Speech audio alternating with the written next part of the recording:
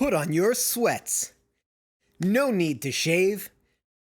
Kick back and relax, because it's Philosophy Friday with Matthew Weiss, where we start off the weekend casual.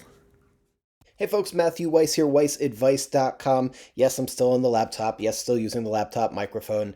My apologies, you guys, still setting up the studio, but there's going to be some fun before, middle, and afters of a studio that does not have acoustic treatment, a studio with semi-acoustic treatment, and then a fully treated space, and we'll be able to hear and compare the differences, so that should be pretty enlightening. Anyway, thanks for being patient. In this video, I want to talk about level matching, what is level matching, and why I think it's a little bit misunderstood. So the basic idea of level matching is for comparison purposes. It's when we have a source, we process it in a certain way, and then we adjust the level of the processed version so that we can compare to the original version. This allows us to take level, overall amplitude, out of the equation to get a more qualitative comparison. However, I think that sometimes people take the use of this out of context, and I have to bear some responsibility for that. I think anybody who's teaching on YouTube has to bear a little bit of responsibility for that, because we're usually trying to show something qualitatively. But in the mix process, you do not have to level match. And I'll give you an example here. Let's do this. So here I've got the oven. I've been playing around with this. I've got it on basically everything in this record, and I'm loving it so far. But here I've got the settings really set to nothing. The only setting I've got going on here is the output plus 1.8 dB. So I'm going to play this little line. Not just me deep, she was totally deep when she did the freak with me. Never missing a beat, yeah. Now I'm going to put on the oven. Not just me deep, she was totally deep when she did the freak with me. Never missing a beat, yeah. Now, I would say that level-wise, and really just if we were to say which version are the vocals better, the second version, the one that's louder. But there's two reasons for that.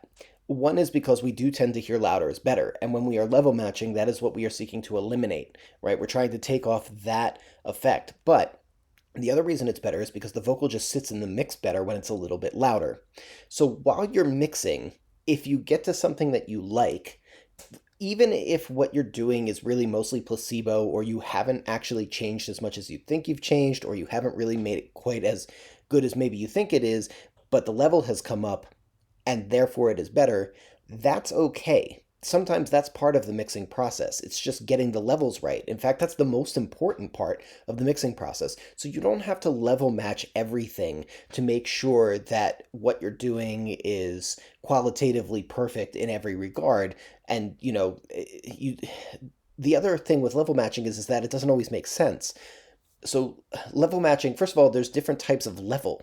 There's peak level, RMS level, and then there's LUFS, which is loudness curve influenced, I can't remember what, loudness unit full scale or something like that.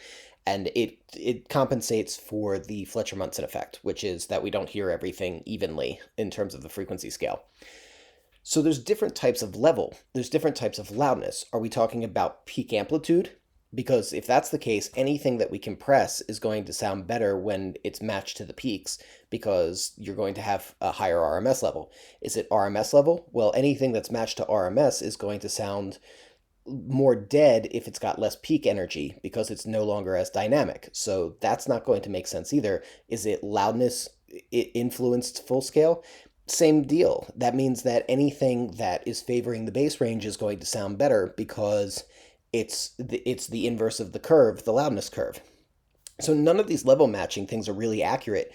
Lastly, we could level match it by ear, but again, that's not technically the level. That's not going to be like how much room we have to push into a limiter or whatever for the final playback level. It's not going to compensate for that. Level is ambiguous. So while we're mixing, being too exacting with level matching can actually be a real hindrance and can stop our creative flow. It gets in the way because we start thinking in terms of technicality and we start shooting at a moving target. So I don't recommend doing much level matching unless you're doing a direct comparison and you know specifically what you are comparing for. So one of the things that I don't like when comparing masters, and I've seen this a lot, especially like in the automated mastering videos, everybody seems to kind of sort of ignore this one little kind of thing. Usually, you'll have a mix print, a professional master, and then a bunch of automated mastering services. And there will be some level matched comparison between them. But the level matched comparison negates the idea of which playback is louder. Now, in isolation, when a person is listening to a record with nothing else going on, typically speaking, they will set the level to wherever they feel comfortable with it, in which case it's usually the more dynamic master that sounds better.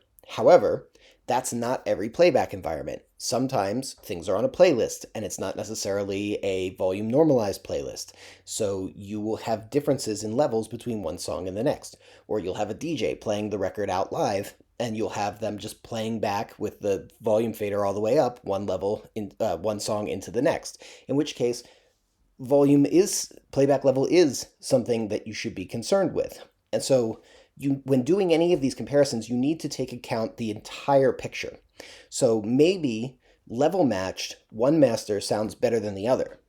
But when set to their regular playback volume, the other master might be significantly louder. And so you have to ask yourself, what is really important here? Is it the one that plays back better? Or is it the one that plays back louder? Now, in an ideal perfect world, it's the one that plays back better, but that's not always the case. In reality, there are A&Rs that we have to make happy, there are clients we have to make happy, there are playlists and playlist curators that we have to make happy, and they might not understand all of the things about level matching and all of that kind of stuff, and even if they do, it might not matter to them. So you have to take a look at the picture as a whole. So let's walk through this real quick here. I'm going to put the output back down to about even here, and let's get this vocal to sound right.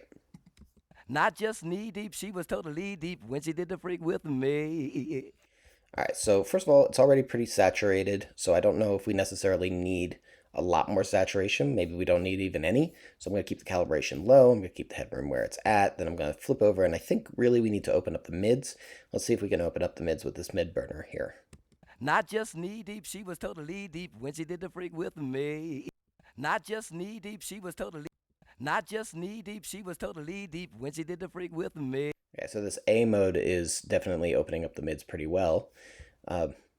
Not just knee deep, she was totally deep when she did the freak with me. Not just knee deep, she was totally deep when she did the freak with me. There's also like a little bit of stridency in the upper mids. Let's see if we can address that. It's like 1K-ish zone. Not just knee deep, she was totally deep when she did the freak with me. Never missing a beat. Not just knee deep, she was totally deep when she did the freak with me. Okay, cool. Not just knee deep, she was totally deep when she did. Let's take the lows down a little too. Not just knee deep, she was totally deep when she did the freak with me. Not just knee deep, she was totally deep when she did the freak with. Push the level up a little bit. Not just knee deep, she was totally deep when she did the freak with me. Not just knee deep, she was totally deep when she did the. And let's get a little top end going on here. Not just knee deep, she was totally deep when she did the freak with me. Not just knee deep, she was totally deep when she did the freak with me. Not just knee deep, she was totally deep when she did the freak with me. Not just knee deep, she was totally deep when she did the freak with me.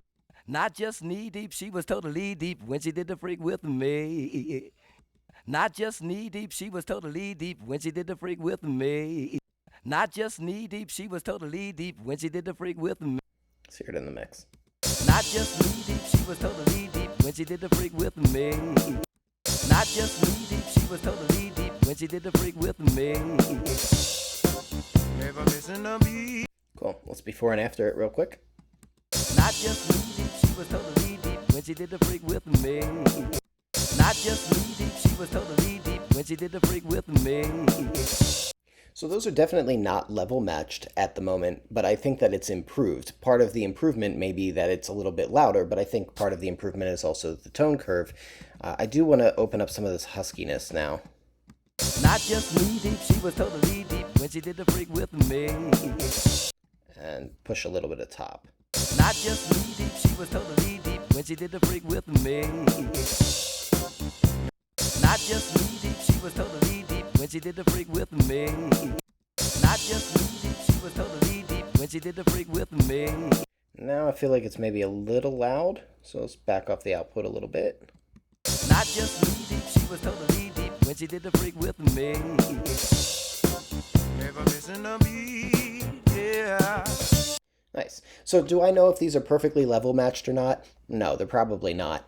Do I care? No, I definitely don't. All I want to hear is, does it sound better in the record at the end of the day? If I want to compare what the oven is doing to the original source, then I'm going to want to level match so that I understand it, but that's not what I'm going for. Here, I'm just looking to get the vocal to sound right in the mix. All right, guys, that's my video. If you dig this video, yeah, these endings, it's like I'm getting worse at the endings as time goes on. I'm going to have to like get somebody, I'm going to maybe do like a pre-record or something like that, but that's not going to be fun. If you like this video, hit that like button. If you want to catch more videos like this, hit subscribe with the bell notification so you get notified. And of course, if you check the description below, there will be a link to the WeissAdvice newsletter. If you sign up for that newsletter, you will get a free copy of the low-end guide. This is a very, very high-end tutorial. It is very good. It's going to get you all sorts of information. It's stuff that you didn't know that can get your bass processing to be way stronger than if you did not know that information. And lastly, you know what we say at WeissAdvice. We are musicians, sound is our instrument, and I will catch you next time.